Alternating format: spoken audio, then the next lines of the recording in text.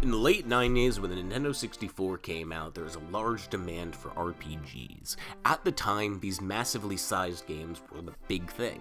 The PlayStation's lineup still going strong, and after the RPG powerhouse that was the SNES, there were heavy expectations for Nintendo's first 3D console.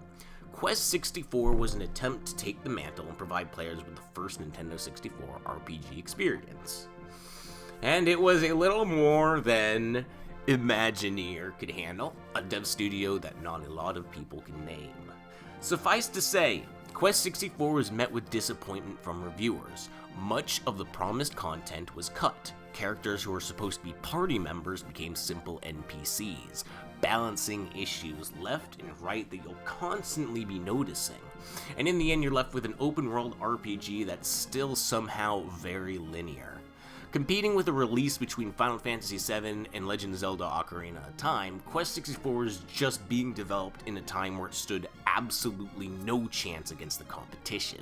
Graphically, I would say this game holds up well though, doing a good job at portraying the Nintendo 64 style.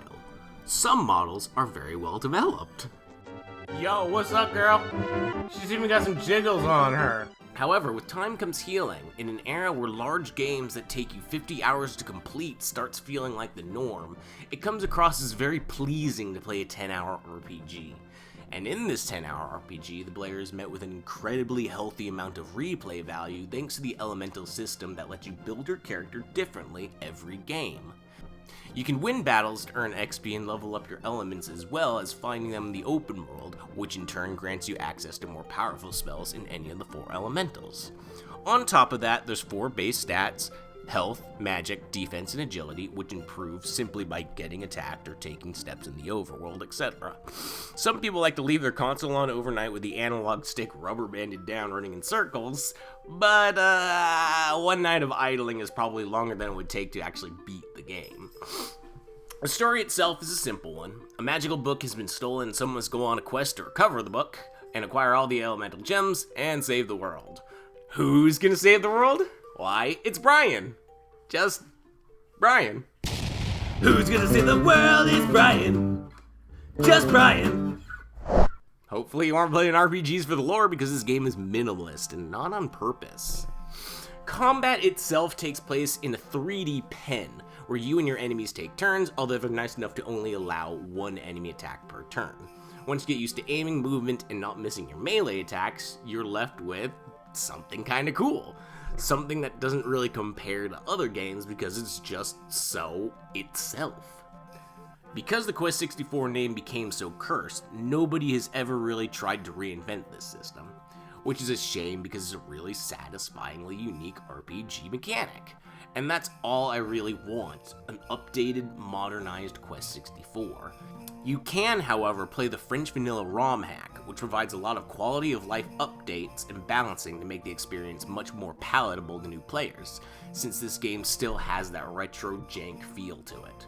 More recently, I played the hard mode ROM hack, which actually didn't really make the game much harder because the creator added a whole bunch of new spells with unique properties and stuff. For example, the earth element gets a freezing spell which kind of breaks the game. Literally. After the release of Quest 64, a Game Boy Color version was made called Quest: Brian's Journey. During this era, it was very common for Nintendo 64 and even PlayStation 1 games to get a GBC port of the same game, but completely redone to fit the Game Boy hardware. In this case, we've got a 2D Quest 64 that introduces elemental combinations as well as a much more fleshed out storyline that clarifies some things that felt missing in the Nintendo 64 release. There's some extra padding at the beginning, as well as near the end when you have to warp around the world for a side objective that was never in the Nintendo 64 version.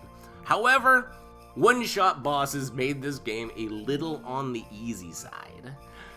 Lastly, for some reason, the developer came back to Brian's story one last time to create a Mr. Do reskin.